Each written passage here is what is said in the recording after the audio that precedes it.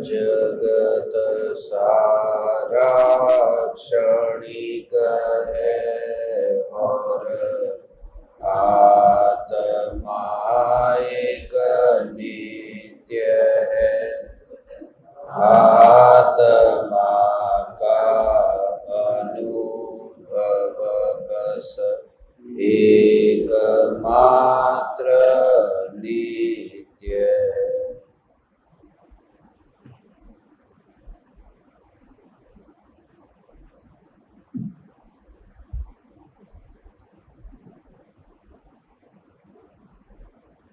पहली शंका।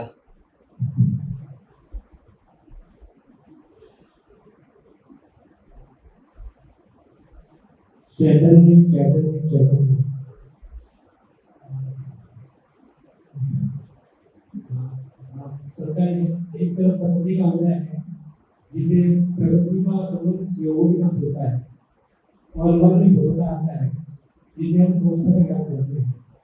दूसरी ओर ज्ञान की पर्याय है जो सिर्फ जानती है, कृपा करके जड़ प्रकृति से जुड़ा हुआ ज्ञान, और दूसरी ओर ज्ञान की पर्याय उसे जानने वाला शुद्ध ज्ञान। इसको हम जुड़ा कैसे जाने, इसको विस्तार से समझेंगे।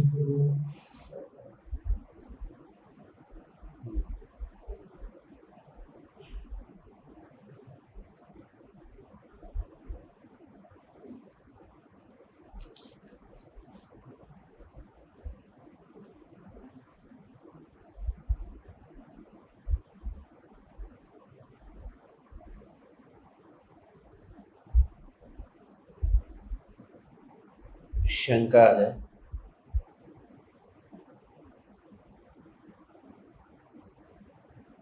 एक तरह प्रकृति का उदय है जिसमें प्रकृति का संबंध संयोगों के साथ होता है और मन में भोग बटा आता है जिसे हम अवस्था का नाम कहते हैं। दूसरी ओर ज्ञान की पर्याय है जो सिर्फ जानती है। कृपा करके जड़ प्रकृति से जुड़ा हुआ ज्ञान और दूसरी ओर ज्ञान की पर्याय में उसे जानने वाला शुद्ध ज्ञान, इसको हम जुदा कैसे जाने, इसे विस्तार से समझाइए।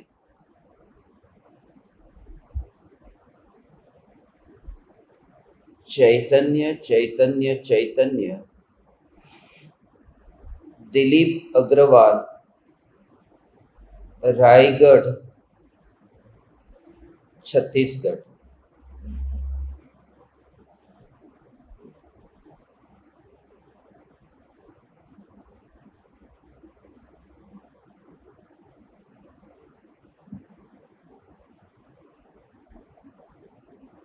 कर्म की जो प्रकृतियां है वे दो प्रकार की होती है। जीव विपाकी प्रकृति और पुद्गल विपाकी प्रकृति।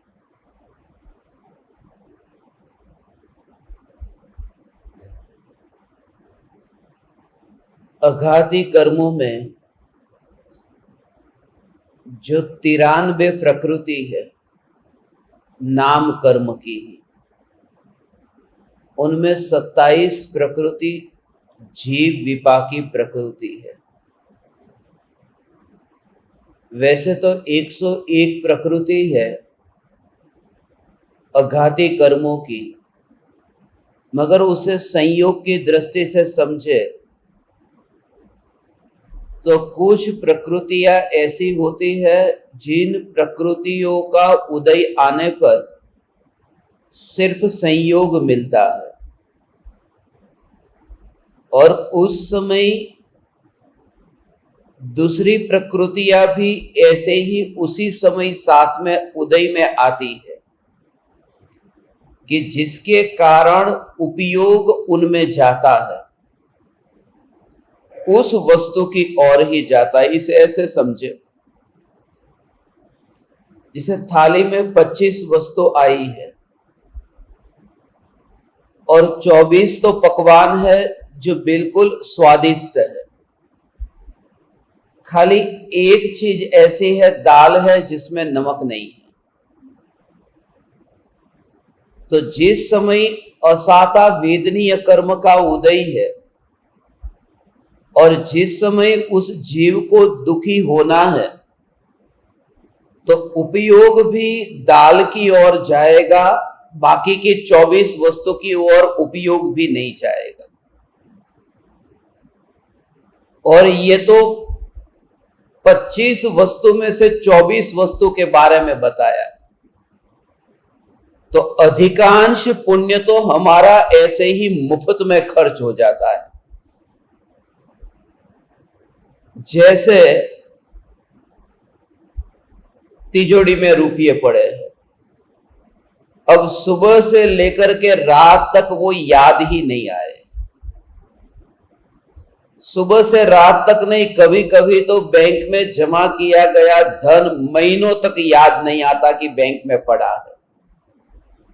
मगर रात्रि में सोते समय भी उस पुण्य का खर्च हो रहा है जो आत्मा में बंधा हुआ है उदय में आकर के।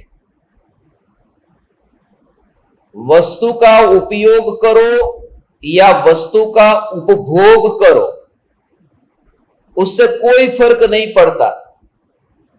जो कर्म की प्रकृतियां आत्मा के साथ बंधी है, उन कर्मों की प्रकृतियों का उदय चलता रहेगा, वो आत्मा में से खाली होती रहेगी। इसे इस तरह से भी समझे कि घर में इतनी सारी वस्तु हमने परिग्रह के रूप में इकट्ठी करके रखी है, उन समस्त वस्तुओं को हम भोगते नहीं हैं, ऐसी पड़ी रहती है, मगर उसका उदय निरंतर चल रहा है। आप कहें कि हम भोगते नहीं हैं तो पुण्य क्यों खाली हो रहा है? पुण्य तो खाली होगा, परिग्रह का पाप भी बंधेगा, मगर उसको भोग करके उन भावों से जो नया बंध होने वाला था वो नहीं होगा। जैसे कोई व्यक्ति अपने पास में 1 साल के लिए एक गाड़ी को रखा है और उसने उस गाड़ी को छुआ तक नहीं 1 साल के लिए, मगर जो उसका 1 साल का जो इंश्योरेंस का जो पैसा भरना है, सरकार को जो उसका वेल्थ टैक्स भरना है, वो तो भरना ही पड़ेगा। तुम गवर्नमेंट को कहो कि मैंने तो गाड़ी का उपयोग ही नहीं किया, मैं टैक्स क्यों भरूं? मैं टैक्स इसलिए भरूंगा क्योंकि वह गाड़ी मेरे नाम पर है। तो जो भी पदार्थ हमारे नाम पर है उसका पुण्य नियम से खर्च होता ही रहता है। इसलिए किसी व्यक्ति का बंगला है अमेरिका में और वो भारत में है, तो भारत में भी उस आत्मा का पुण्य खाली हो रहा है और सोते समय भी खाली हो रहा है, क्योंकि सोते समय भी वो तुम्हारे पोजीशन में है। और हमारा जीवन में ऐसे देखो तो इतना परिग्रह जिसका पुण्य ऐसे मुफ्त में ही खर्च होता है, और ऐसा पुण्य जो हमने पूर्व भवों में व्रत, तप, शील, संयम ये सब करके, दया, दान ये सब करके इकट्ठा किया था, वो मुफ्त में ही जाता।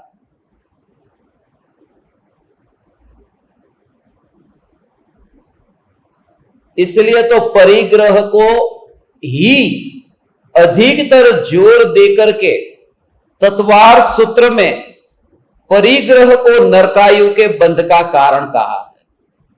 इस संयोग की बात आई इसलिए ये कह रहा हूं। और ज्यादातर चीजें हमारे घर में ऐसी व्यर्थ की होती है। थोड़े दिन पहले ही मेरी किसी से बात चल रही थी कि बैंक में से आजकल ज्यादा फोन आते हैं जो बहुत ही फ्रॉड आते हैं। तो मुझे किसी ने कहा कि मेरे मोबाइल में काम के नंबर जितने हैं उससे ज्यादा ब्लॉक किए गए नंबर है।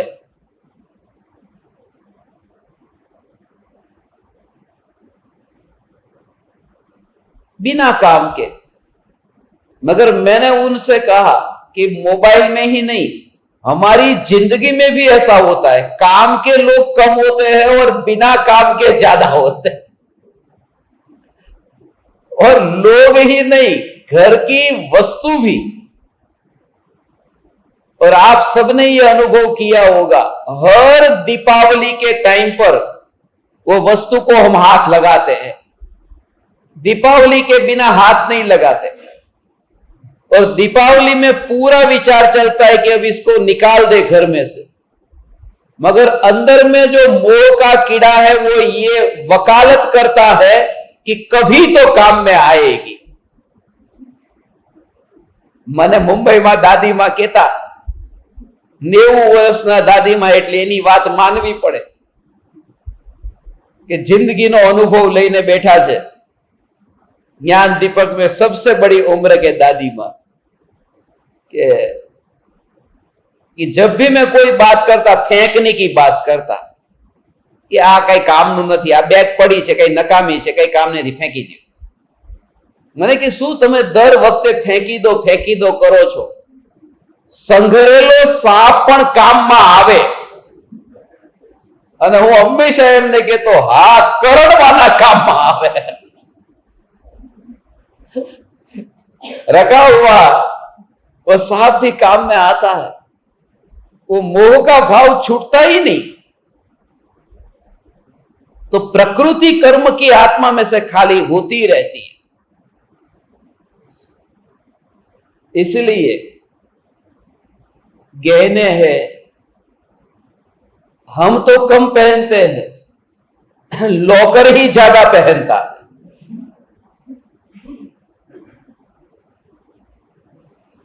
हमारे शरीर पर गहने कम होते हैं, लॉकर में ज्यादा होते हैं। तो ये सब कर्म की प्रकृति का उदय है। उनमें जो संयोग मिलते हैं हमें, उनका उस समय मन से भोगवटा होता है, भाव अंदर मिलते हैं। एक तो उदय है, दूसरा उपयोग है, और तीसरा उसमें मन माने भाव है। ये तीन बात। उदय चल रहा हो मगर ज्ञान का विषय न बने तो भोगना नहीं हो पाता। इसका मतलब क्या? जैसे मेरे शरीर में, वहां पर शरीर पर एक चींटी अभी चढ़ गई है, वो है तो उदय अभी चल रहा है कि चींटी है और वह काट रही है, मगर मेरे ज्ञान में नहीं, जानने में आ रहा। मैं अभी मानो आपसे बात कर रहा हूं, वहां पर वो चींटी काट रही है, वो मुझे पता नहीं चला। तो 5 मिनट तक उसने काटा, मगर मेरा उपयोग वहां नहीं गया, तो दुख नहीं भोगा। तो दुख तब भोगता है, पहले तो अंदर में बाहर में ऐसे संयोग हो, संयोग की ओर फिर ध्यान जाए, ज्ञान जाए, उपयोग जाए, और फिर उसमें भाव हो, तब फिर दुख को भोगता। वो ज्ञान में, जानने में तो आए। इसलिए जो ज्ञान उस संयोग को जानता है, उसमें फिर तरह तरह की कल्पना करता है कि ये मेरा है, ये अच्छा है और ये बुरा है। ये 3 प्रकार की कल्पना होती। मेरा का नाम दर्शन मोह, अच्छा और बुरे का नाम चारित्र मोह।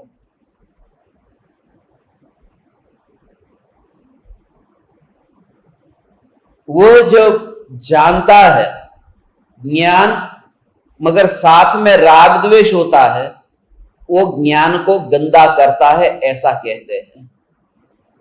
इसलिए ज्ञान और मन या राग द्वेष, उनके बीच में कंपटीशन होती है। ज्ञान आगे आगे दौड़ता है और राग द्वेष पीछे पीछे आते हैं। जैसे ही पता चला यहां सर पे ज्ञान में जाना, अरे बहुत खतरनाक है, तो तुरंत ही वो भाव आया ना, तो ज्ञान आगे जाता है, अरे मिठाई है, अरे बहुत अच्छी है, तो वो ज्ञान में जानने में आने पर पीछे वो भाव आता है, तो कंपटीशन होती है, और वो भाव जब आता है तो ये ज्ञान को हरा देता है। ज्ञानी वह है कि जिनको ज्ञान तो होता है मगर वो पीछे जो भाव जो आता था वो आना अब बंद हो गया, और अधूरी दशा में यदि वो भाव आए तो वो भाव के भी ज्ञाता रहते हैं, उसके कर्ता भोक्ता नहीं होते हैं। ये भोगवटा ज्ञानी नहीं करते। जड़ प्रकृति से जुड़ा हुआ ज्ञान और दूसरा कि ज्ञान की पर्याय में उसे जानने वाला शुद्ध ज्ञान, वो जड़ प्रकृति से जुड़ा हुआ ज्ञान, ये दृष्टि अलग अलग है। ये ज्ञान दो अलग प्रकार के नहीं है, ज्ञान दो नहीं है, ज्ञान का निरूपण करने की पद्धति दो है। पानी का गिलास अलग है और कांच का गिलास अलग है, ऐसा नहीं है। गिलास तो एक ही है, उसी गिलास को पानी के संयोग से लेते हैं तो पानी का कहते हैं, और उसी गिलास को कांच का गिलास कहते हैं क्योंकि कांच से बना हुआ है। क्योंकि जो नई घटित होते हैं वो एक ही द्रव्य में घटित होते हैं, अलग अलग द्रव्य में नहीं। कि भगवान आत्मा शुद्ध है तो मैं भगवान आत्मा शुद्ध हूं और तुम भगवान आत्मा अशुद्ध हो, मैं भगवान आत्मा निश्चय से शुद्ध हूं और तुम भगवान आत्मा व्यवहार से अशुद्ध हो, ऐसा नहीं होता। एक ही आत्मा में कि मैं भगवान आत्मा निश्चय से शुद्ध हूं और मैं ही भगवान आत्मा व्यवहार से अशुद्ध हूं। तो ज्ञान दो नहीं है, ज्ञान का दृष्टिकोण जो है वो अलग अलग प्रकार का है। तो कहते हैं कि ज्ञान कर्म की प्रकृति में जुड़ा हुआ ज्ञान है, और दूसरा ये कि कर्म की प्रकृति में जुड़ा हुआ नहीं, वो अपने में ही है, अपने में ही है, अपने में ही है। पर में है मगर पर में होकर के भी वह अपने में है। ऐसी सम्यक दृष्टि ज्ञानी धर्मात्मा की श्रद्धा। पर में है फिर भी अपने में। जब गाड़ी चलाते हैं तब ओवरटेक करते हैं तो ये तो अपनी साइड है और ये जो साइड है वो पराये की साइड है। मगर कभी कभी हम पराये की साइड में गाड़ी चलाते ना, लेके जाते हैं, कब ओवरटेक करना हो तब। आगे कोई ऐसा विघ्न आए तो फिर अपनी साइड से हट करके दूसरी साइड में जाते हैं। मगर जाने से पहले ये देख लेते हैं कि सामने जो कार आ रही है, गाड़ी आ रही है, वो टकराए उससे पहले मैं अपनी साइड में आ जाऊंगा कि नहीं। तो ज्ञानी को जब कोई कर्म का विघ्न आता है, कोई ऐसा उदय आता है, तब पर में जाना पड़ता है। मगर जाते हैं उससे पहले ये तैयारी है कि कोई अकस्मात हो जाए उससे पहले ही अपने में आ जाए, ये ऐसा। मगर महत्वपूर्ण बात यह है कि जब उस दिशा में गाड़ी जब चलाते हैं उस समय भी व्यक्ति की श्रद्धा यह है कि ये दिशा जो है वो पराई है। मगर गाड़ी जो है वो मेरी अपनी है, तो मैं पराई दिशा में हूं मगर अपनी ही गाड़ी में हूं। तो ज्ञानी का ज्ञान जब वो कर्म की प्रकृति को जानता है तब ज्ञानी जानते हैं कि ये पराया ज्ञान है, मगर पराया ज्ञान भी अपना ही ज्ञान है, वो पराये का नहीं है। पराये में भी अपने ज्ञान का ही अनुभव होता है, वो पराये का नहीं हो गया। इसके बारे में ज्ञान से ज्ञायक तक में भी विस्तार से वर्णन किया है। वहां से समझना कि ज्ञेयों को जानने वाला ज्ञान ज्ञेयों का नहीं हो जाता। वो व्यवहार से ये कहते हैं टेबल का ज्ञान, कुर्सी का ज्ञान, तो कुर्सी का ज्ञान माने कुर्सी का ज्ञान है, वो ज्ञान का मालिक कुर्सी हो गई। वो तो आत्मा का ज्ञान है ना, आत्मा का स्वभाव है ना। तो ज्ञान अपने को ही जानता है, ये शुद्ध ज्ञान। मगर उदय की अपेक्षा से ऐसा कहने में आता है कि पर में गया, पर को जानता है, पर में जाकर के भी वो पर को नहीं। तो ज्ञानी की ये दृष्टि है, कभी पर में जाना पड़े तो जाते हैं, मगर फिर अपने में आ जाते हैं। और अज्ञानी की हालत यह है कि वो पराये में ही गाड़ी चलाता है अनादिकाल से, और एक्सीडेंट करता रहता है और मरता रहता है हर समय भाव मरण करके। विचार ही नहीं आता, इसी आशा से कि आगे कहीं ना कहीं सुख मिलेगा। मुझे तो बहुत बार यह विचार आता है कि जब गाड़ी से जाते हैं, गाड़ी में बैठे हैं, तो जल्दी से यहां से लेकर के अहमदाबाद चला जाओ, वहां बस शांति मिलेगी। मगर जब मैं गाड़ी में बैठा हूं, तब सामने से इतनी गाड़ियां आती है, तब यही विचार आता है कि अहमदाबाद में शांति होती तो इतनी गाड़ियां अहमदाबाद से क्यों आ रही है।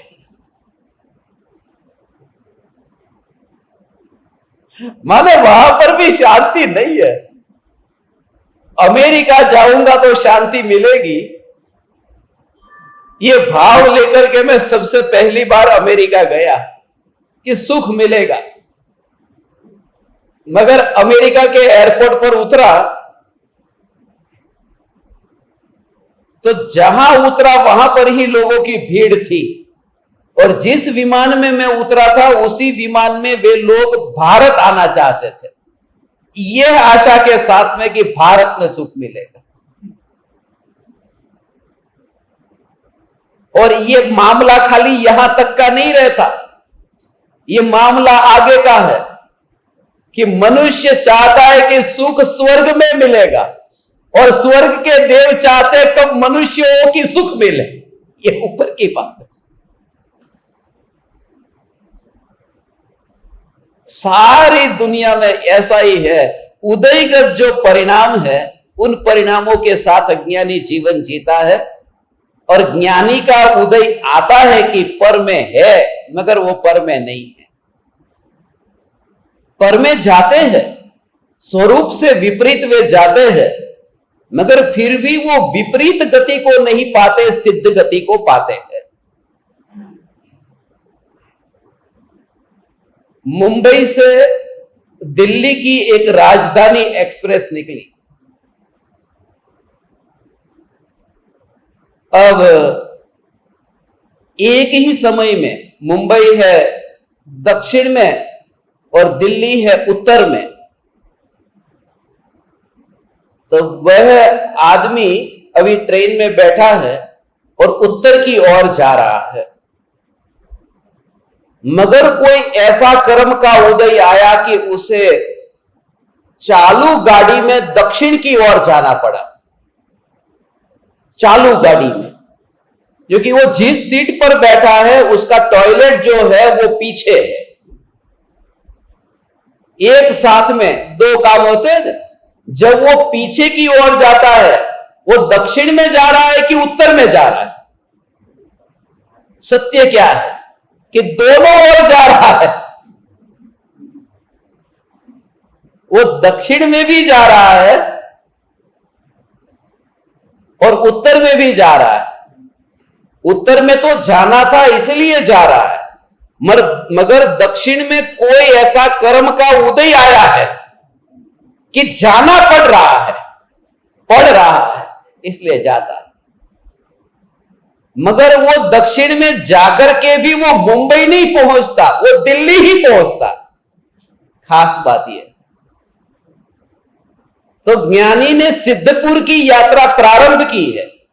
कभी कोई परिवारजनों के साथ में, मित्रों के साथ में, यहां तक कि अपने शिष्यों के साथ में, ये कोई ऐसे कर्म का उदय आए, मजबूरी में उनके साथ में सहवास करना पड़ता है। ये कोई कर्म का उदय आया है। संसारियों के संग में आज आएगा। अभी थोड़ी देर पहले कुर्सी पकड़कर बैठना, गिर न जाओ। अभी आज रात को 103 नंबर का पत्र आएगा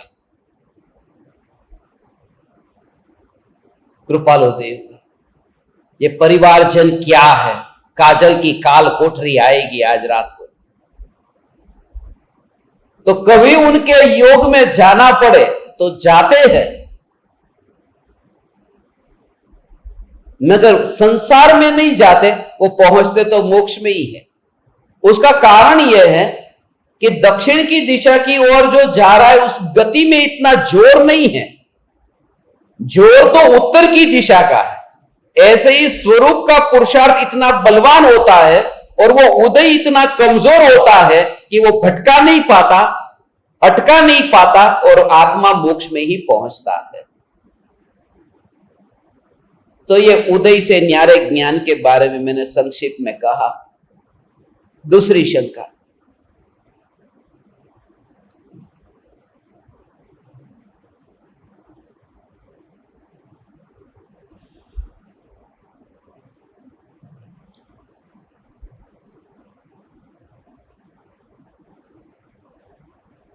गुरुदेव के चरणों में प्रबंधन। गुरुदेव, आपने जो पारसनाथ भगवान के बारे में जो बताया कि एक तरफ उनका जो बैर चल रहा था कमठ के साथ, तो कमठ उनके साथ बदला ले रहा था, लेकिन वो तो क्षमा ही कर रहे थे। तो इतने लंबे समय तक उनका नियमन कैसे बना? सही है। इसका समाधान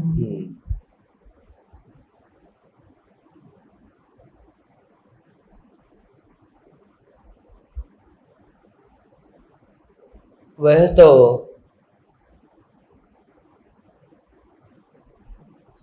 एक तरफा द्वेष था। जैसे वन साइड लव होता है, ऐसे वन साइड हेट भी होती है और ये ज्यादा चलती है। दोनों ओर से कोई भाव न था, एक ओर से ही था ना। दुनिया की जो मान्यता है उससे बिल्कुल विपरीत सत्य है। दुनिया में यह माना जाता है कि वन साइड लव है वो लंबा नहीं टिकता, टू साइड लव लंबा टिकता है। एक लड़का लड़की को प्रेम करता है, लड़की लड़के को प्रेम करती है, दोनों के बीच में फिर शादी हुई, संसार बसा, पूरी जिंदगी साथ में रहे, इतना लंबे काल रहे क्योंकि टू साइड लव था। मगर लड़का और लड़की, उसके बीच में लड़का प्रेम करता है, लड़की नहीं करती है कि बस संतन और तरापा की तरह ही, फिर थोड़े दिन में वो खत्म हो जाती है कहानी। मगर ऐसा नहीं है, सत्य बिल्कुल अलग है कि वन साइड लव होता है वो सबसे ज्यादा टिकता है। आत्मा ने अनादि काल से शरीर को इतना प्रेम किया और शरीर ने आत्मा को बिल्कुल प्रेम नहीं किया, फिर भी यह प्रेम अनादि काल से टिका हुआ है कि नहीं? One side love.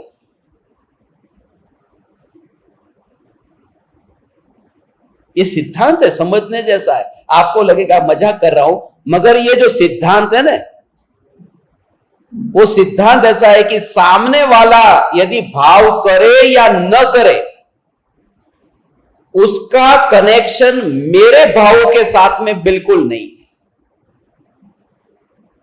वो कर्म के उदय आकर के खिरते जाते थे और आयुष्य कर्म की बात होती तो एक भव में ही खत्म हो जाता। ये तो वेदनीय कर्म की बात थी कि भवो भव तक वो चलता रहता। असाता वेदनीय। वेदनीय का मतलब क्या?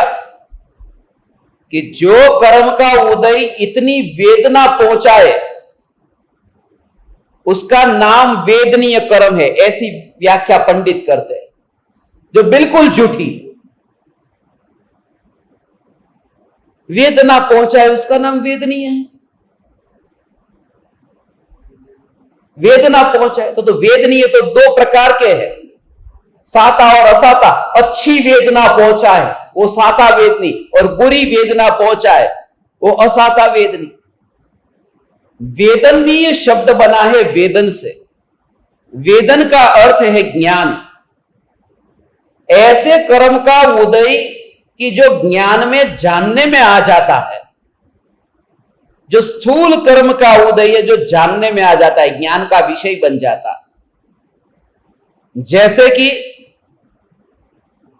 आयु, नाम, गोत्र, ये 3 कर्म अघाती, और ज्ञानावरण, दर्शनावरण, मोहनीय, अंतराय, ये 4 कर्म घाती।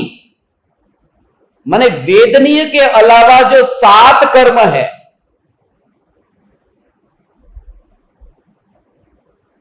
वेदनीय कर्म के अलावा,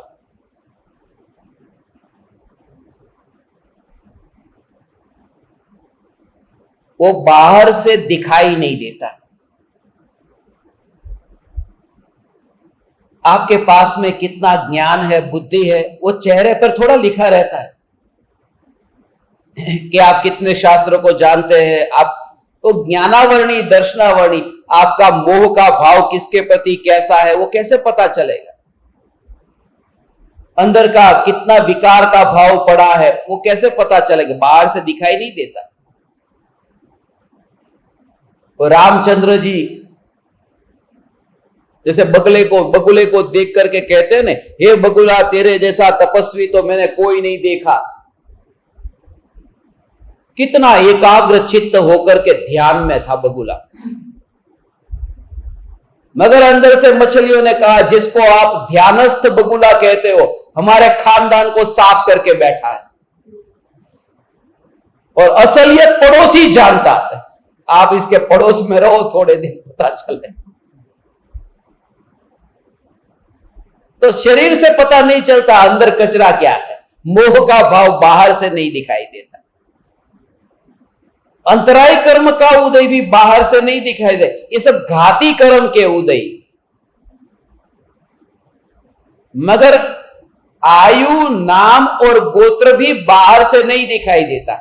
हमारा कितना आयुष्य वो चेहरा देख के पता चलता है। कोई मकोड़ी पहलवान हो, बरसों तक जी लेता है, और भरपेट भोजन करके सेठ बैठा हो और टपक जाता है, पता नहीं चलता।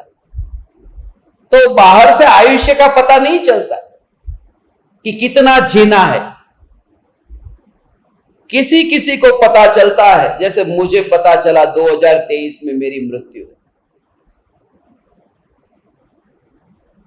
अब तो 3 महीने, मैंने दिल्ली में कहा था ना, आप थे ना, कि अब तो बस, तो एक बहन जी बोले तो अब तो आपको जल्दी जल्दी ज्यादा दिन यहां आना पड़ेगा। बाकी सब लोग इतना गुस्सा किया, आपको पता है क्या बोल रहे हो? बोले इनके वचन तो गलत नहीं हो सकते। नहीं, गलत नहीं हो सकते। 2023 में आयुष्य का उदय वो कैसे, चेहरा से थोड़ी पता चलता है। नाम कर्म का पता नहीं चलता कि शरीर की रचना क्या है। अब पेट में दुखाવો થાય છે, वो बाहर से थोड़ी पता चलता है कि वो अंदर गठान हुई है कि नाटक कर रहे, घर का काम नहीं करना पड़े।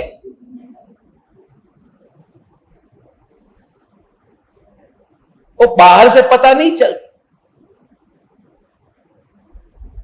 वो दूर से अच्छे से अच्छा डॉक्टर भी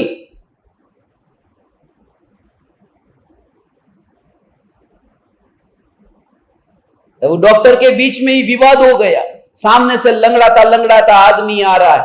एक कह रहा है कि रीढ़ की हड्डी टूट गई है, दूसरा कहता है कमर का यहां पर मनका खिसक गया है, और तीसरा कहता है पैर की हड्डी टूट गई है। अब सब अपने बाहर से कैसे पता चलेगा? वो नजदीक आया और सत्य पूछ लिया कि क्या हुआ है। उसने कहा कुछ नहीं, मेरे चप्पल की पट्टी टूट गई थी। वो बाहर से कैसे दिखाई देगा?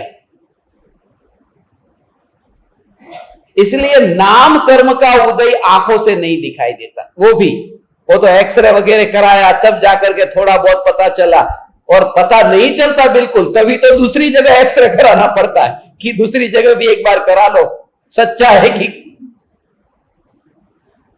और गोत्र कर्म का पता भी चेहरे से नहीं चलता। मैं कहता हूं कोई नीची जाति का कोई मुनि हो गया, वो पाटिया लेकर के निकला है कि कौन सी जाति में पैदा हुआ, कौन से गोत्र में पैदा हुआ था। एक कर्म ऐसा है जो वेदनीय कर्म, जो दिखाई देता है, जो बाहर से।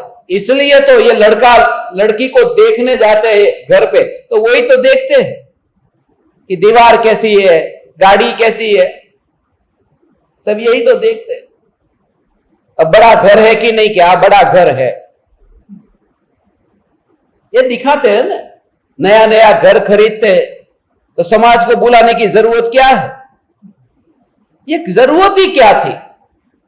मगर बेटी बेटे जवान हो रहे हैं और समाज आएगा कि पूजा रखी है हमारे घर पर, तो पता चलेगा ना कितने बेडरूम में क्या है, कि लड़की देने जैसी है इनके घर में। बहुत लंबा विचार चलता है, प्लानिंग बहुत लंबा होता है संसारियों का।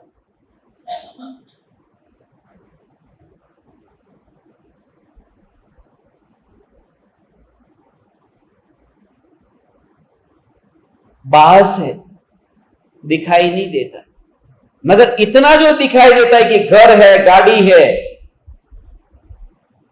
वो आंखों से दिखाई देता, वो वेदन में आता है, जानने में आता है कि खाता पीता घरे थी से, बोलते ना खाते पीते घर से है, और वो घर में रहता है। मुंबई के जैसे घर के अंदर कोई वो, मुझे तो एक भी व्यक्ति ऐसा नहीं है कि घर खरीदा और उसको महीने का और बैंक को इंस्टॉलमेंट भरने का ना आता हो। दिमाग में वही चलता है कि इस महीने का इतना भरने का। अरे भरने का ये हिसाब करके ही घर खरीदा, 20 વર્ષની लोन लीधी है, मगर वो जो लड़की को देखने आए उसको नहीं दिखाई देता। गाड़ी है, गाड़ी का टेंशन ऐसा है कि उसका भी लोगों को चुकाना पड़ता है ना इंस्टॉलमेंट। मेंटली इतना दुखी रहता है कि इस महीने का कैसे चुकाऊंगा। एक कर्म का उदय ऐसा है, ये वेदनीय कर्म जो दिखता है, तो उसमें जो अनुकूलता रूप दिखाई देने वाला है वह साता वेदनीय है, और प्रतिकूलता रूप जो दिखाई देता है वह असाता वेदनीय कर्म का उदय। तो ऐसा उदय पार्श्वनाथ मुनिराज का और संवर देव का, ये पूर्व भवों से बाहर का उदय था, बाहर की ये लेन देन थी। ये माता पिता भाई बहन ये जो रिश्ते हैं ना, ये सब वेदनीय कर्म के उदय का परिणाम, ये सब संयोग जो मिले। और सामने यदि रिटर्न में कोई भाव नहीं किया तो कोई कर्म नहीं बंधेंगे। पार्श्वनाथ मुनिराज को कोई कर्म नहीं बनते थे उसको जो भाव करता। इसलिए गहराई से देखे तो पद्मावती धर्मेंद्र ने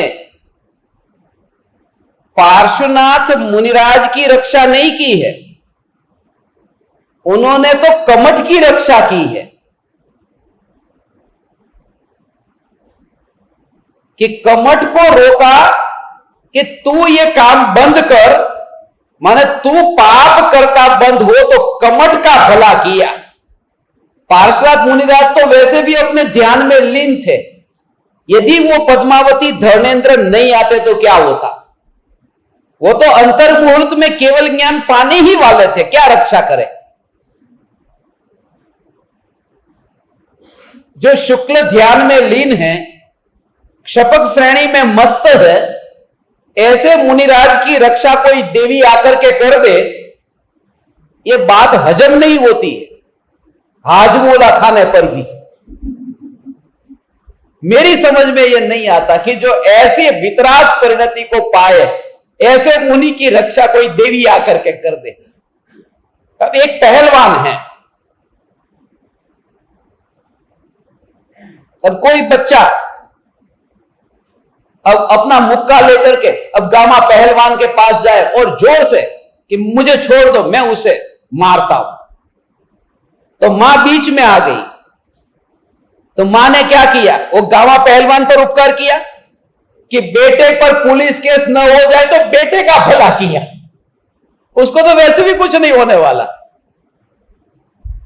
तो पार्श्वनाथ मुनिराज को तो वैसे भी कुछ नहीं होने वाला था। वो ऐसे अपने आत्म स्वरूप में लीन थे। वो तो बहुत अलग अलग दृष्टि है पार्श्वनाथ मुनिराज के लिए।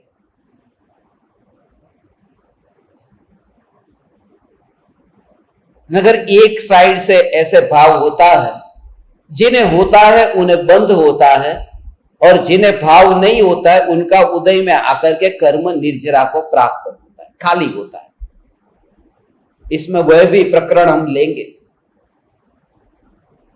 ये सिद्धांत जो कि देकर के छूटो, लेकर के बंधो मत, ऐसा लोक में कहते ना, कोई ना पैसा बाकी आप इन छूटो, लईने बंधाऊ नहीं। ये नींद की गोली वाले। आंख बंद हो गई थी,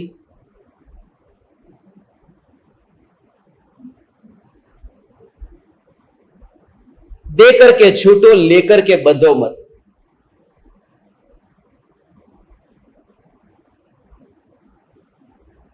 यह सिद्धांत बिल्कुल झूठा सिद्धांत है।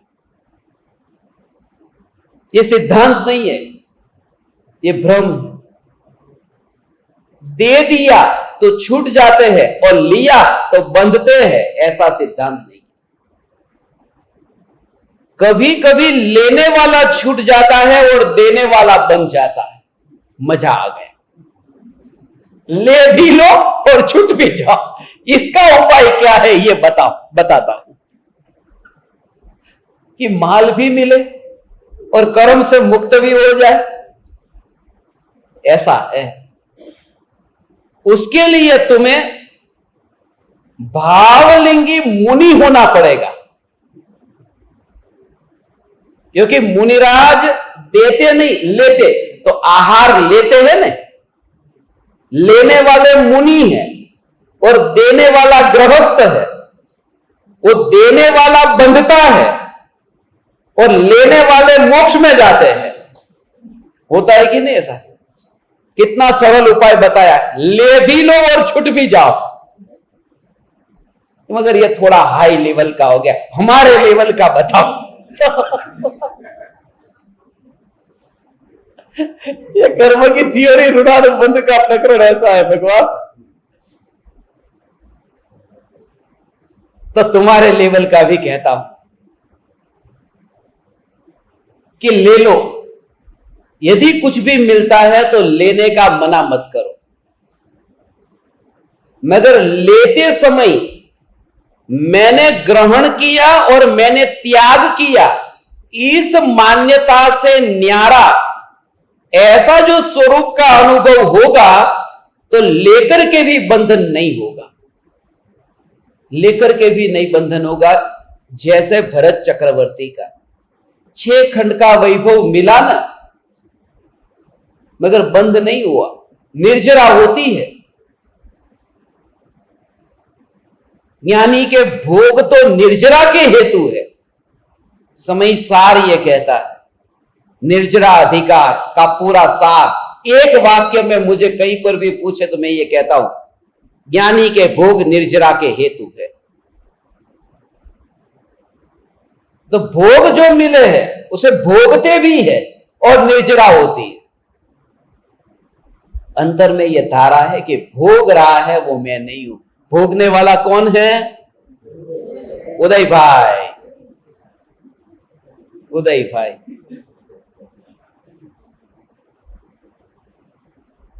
मैं भोगता नहीं। वो जागृति के कारण वो उस समय भी उनको कर्म की निर्जरा होती है, बंध नहीं होता। इसलिए एक तरफा यदि विकार है तो बस जो भाव भाता है उसे ही बंध होता है, नहीं भाता उसे कुछ नहीं होता।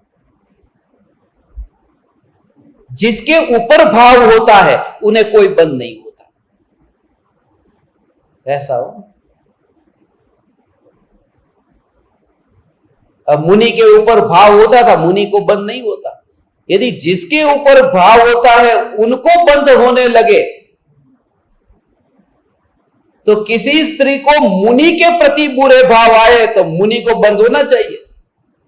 अब मुनि तो चलो मुनि है, अभी परिपूर्ण नहीं हुए, मगर किसी को सिद्ध परमात्मा की भक्ति का भाव आए तो राग हुआ न। तो सिद्ध परमात्मा के लक्ष्य से सिद्ध परमात्मा के प्रति राग हुआ, तो जिनके ऊपर भाव हुआ उनको कितने कर्म बंधेंगे? कुछ नहीं। यदि ऐसा हो जाए तो रसगुल्ले को कितने बंधेंगे, गुलाब जामुन को कितने बंधेंगे? जिनके ऊपर भाव होता है, जिनके ऊपर होता है उन्हें कुछ नहीं होता, जिसको भाव होता है वही बंधता है। यह सिद्धांत। जो फोन करता है उसको बिल आता है, सामने वाले का इनकमिंग हमेशा फ्री रहता है। रोमिंग में हो तो भी, संसार का रोमिंग चलता है नहीं, परिभ्रमण, ये रोमिंग। अंतिम शंका,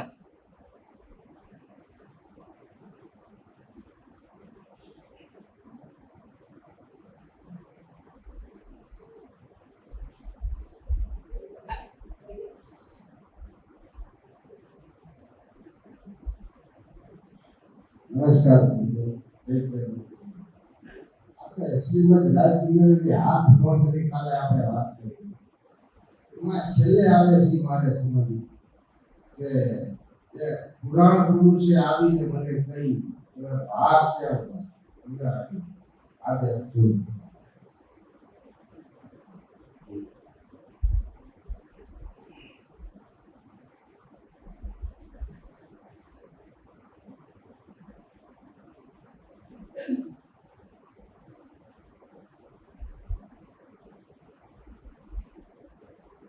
पुराण पुरुष ने आकर बताया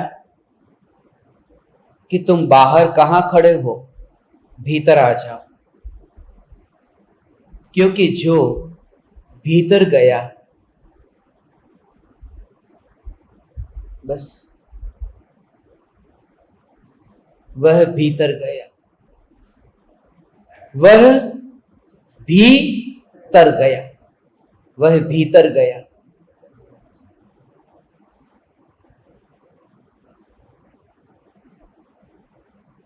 बाहर बरसात होती थी, इसलिए भीतर आने को कहा जहां बरसात नहीं थी। और पुराण पुरुष की जो बात है,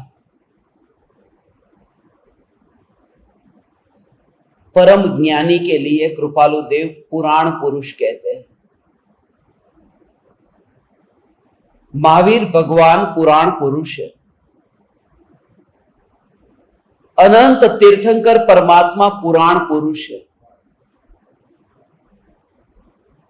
और कभी प्रत्यक्ष योग न हो तो भी पूर्व में सुना हुआ ज्ञान वहां स्मरण के रूप में आता है और वह मार्ग दिखाता है। ऐसा होता है। इनको देख करके भी मुझे बहुत बार लगता है ये पढ़े लिखे नहीं है, इनको कोई शास्त्र का ज्ञान नहीं है, बाड़ा भोड़ा जीव। इनको देख करके हमेशा मुझे वो भाव आता है, बाड़ा भोड़ा। और कृपालु देव जो कहते हैं बाड़ा भोड़ा तरी जैसे, पंडितों भटकी जैसे। गांव में रहते हैं, पढ़े लिखे नहीं है, जो भी बहुत पढ़े हैं तो बस थोड़ा बहुत पढ़ सके उतना औपचारिकता अपना व्यवहार निभा सके। कंप्यूटर का ज्ञान नहीं है, इसलिए उन्होंने प्रश्न भी हाथ से लिखा, हाथ नोंद का प्रश्न पूछा, हाथ नोंद, टाइपिंग का नहीं, हाथ नोंद। उनकी शंका से मुझे इतना वो भाव आया, हाथ नोंद से ही बाड़ा। पहले वो पूछ रहे थे, मेरे अंदर ये चल रहा था बाड़ा भूड़ा तरी जैसे। भले नहीं जानते हो, मगर पुराण पुरुष को पहचान लिया, उसने भले ही पुराण को नहीं पहचाना। उसने ज्ञान को पहचान लिया। इसलिए वेद शब्द वो वेद व्यास से नहीं है, वेद शब्द का असली अर्थ वीद है। वो वीद से वेद शब्द बना है। संस्कृत भाषा में वीद धातु होती है, वीद धातु का अर्थ जानना होता है।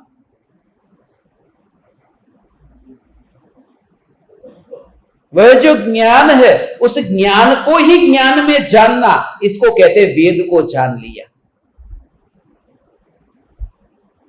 वह वेद है।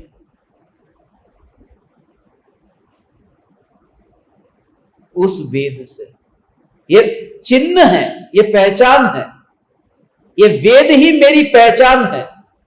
वेद शब्द का उपयोग होता है वो पहचान के लिए, यही मेरी पहचान है। वो किसी के गाने में आता ना, मेरी आवाज ही मेरी पहचान है, बस वही मेरी पहचान है। मेरी पहचान क्या? ये ज्ञान है, यही मेरी पहचान है। ये चिन्ह है मेरा। वेद शब्द चिन्ह के लिए उपयुक्त होता है, इसलिए आत्मा का चिन्ह है तो वेद का अर्थ ज्ञान है। और शरीर का यदि चिन्ह बताना हो तो फिर उसके लिए इंद्रियां आती है, तब फिर उसे कहते हैं पुरुष वेद, स्त्री वेद, नपुंसक वेद। और शरीर के आकार की बात आती है क्योंकि वो शरीर का चिन्ह है। वेद का अर्थ चिन्ह है, पहचान करे कि ये कौन है, पुरुष है, स्त्री है, नपुंसक है। वेद माने ज्ञान, जो मेरा चिन्ह है। बाहर हो, भीतर आ जाओ।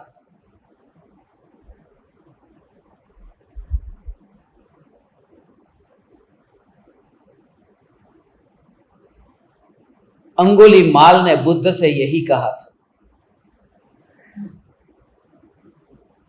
मगर अंगुलीमाल की समझ में देरी से आया।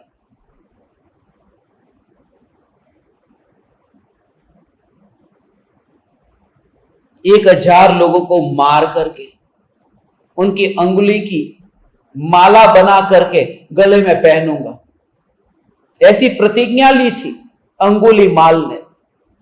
999 को मार चुका था, एक ही बाकी था टारगेट में। और उस समय बुद्ध उसके सामने आए। तब ये वाक्य जो कहा था, अंगुलीमाल ने बुद्ध को देखा कि आ गया शिकार सामने से, मुझे नहीं ढूंढने जाना पड़ा, आ गया सामने से, अब भाग न जाए ये। अंगुलीमाल ने बुद्ध से कहा, रुक जा, ठहर जा, तू जहां है अब वहीं पर ही ठहर जा। फिर भी बुद्ध चलते रहे। अंगुलीमाल को और गुस्सा आया, क्योंकि गुस्से वाले को यदि उसकी बात न मानो तो स्वाभाविक है और क्रोध होगा। हथियार लेकर खड़ा है। और तब फिर कहा, ठहर जा। मगर अब बुद्ध कहते हैं, मैं तो ठहर गया हूं, अंगुलीमाल तू ठहर जा। मैं ठहर गया हूं। चल रहे हैं, आश्चर्य लगे कि जो चल रहा है वो बोल रहा है कि मैं ठहर गया हूं, अब तू ठहर जा, भीतर जा, ठहर जा। और अंगुलीमाल भी ठहर गया। उसने कहा, पहली बार मैं ऐसे पुरुष से मिला, अब तक तो नपुंसकों से मिला था। ये उंगलियां तो नपुंसकों की है। फिर बुद्ध से दीक्षा ली, बुद्ध से संन्यास लिया और उनके ही संघ में अंगुलीमाल रहने लगा। वहां के राजा को पता चला कि अंगुलीमाल ने दीक्षा ले ली है, भिक्षुक हो गया है। और राजा फिर बुद्ध के पास आते हैं कि लाओ मैं जाके देखूं, क्योंकि अंगुलीमाल के बारे में राजा ने भी सुना था कि खतरनाक आदमी, वो कैसे बदल गया। जाकर के पूछा कि हे बुद्ध, मैंने सुना है कि अंगुलीमाल आपके पास में दीक्षित हुआ है, मुझे उसे देखना है, कहां है। और वहां से उत्तर मिला कि मैं अंगुलीमाल हूं, बुद्ध तो अंदर बैठे हैं। पता ही नहीं चला कि ये बुद्ध है कि अंगुलीमाल है, कि मैं खुद अंगुलीमाल हूं, बुद्ध तो भीतर बैठे हैं। इसलिए कोई भी जीव पापी नहीं लगता। इसलिए तो पपुआ न्यू गिनी का वो आदमी जो मुझे मारने के लिए, मैंने दिखाया था ना एक तस्वीर में, होठ खा गया है, उसके भाई का होठ खा गया है, पूरा शरीर खाने वाला था, रोक दिया गया। वो आज फुलचंद विगन रेस्टोरेंट संभालता। पापी नहीं है, कोई भी पापी नहीं है। ऐसा अंदर में अहोभाव आए, क्योंकि जब भीतर में तुम जाओ, तुम उस शक्ति को देखते हो, तब बाहर का जो कचरा है ना, लोग वहां उसे देख करके ही वापस लौट जाते हैं, अंदर तक नहीं जा पाते। पानी की प्यास तो लगी है, मगर देखते हैं कि यहां तो कूड़ा करकट है, यहां पानी किधर है। मगर उस कचरे को हटाओ तुम, फिर तुम वहां पर कुदाली लो, पावड़ा लो, फिर तुम वहां पर मिट्टी को निकालो। मिट्टी निकलेगी, मगर फिर पत्थर भी निकलेंगे। मगर पत्थर निकलने के बाद में और करो प्रयास, और करो प्रयास, फिर कीचड़ निकलेगा, फिर और निकालो उसे, फिर गंदा पानी निकलेगा, फिर और अंदर जाओगे तो निर्मल जल मिलेगा। मगर अब तक क्यों नहीं मिला? क्योंकि कचरे को ही देखा और कल्पना भी नहीं की कि यहां पानी हो सकता है। अज्ञानी अर्थात कचरे को ही देखता है, ज्ञानी अर्थात उन्होंने भीतर जा करके, ये जो आपने कहा अंदर जा चुके हैं। पुराण पुरुष ये कहते हैं। अभी इतना ही।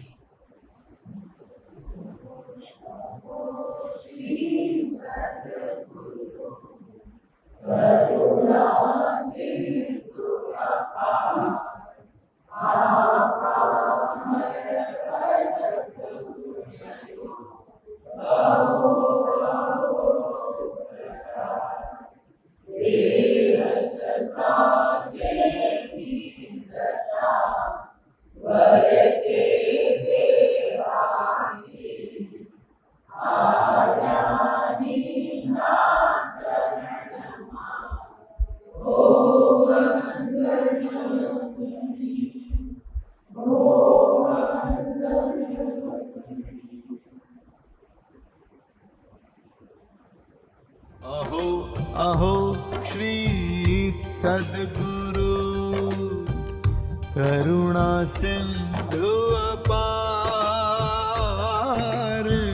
इस पामर पर प्रभु किया अहो अहो उपकार,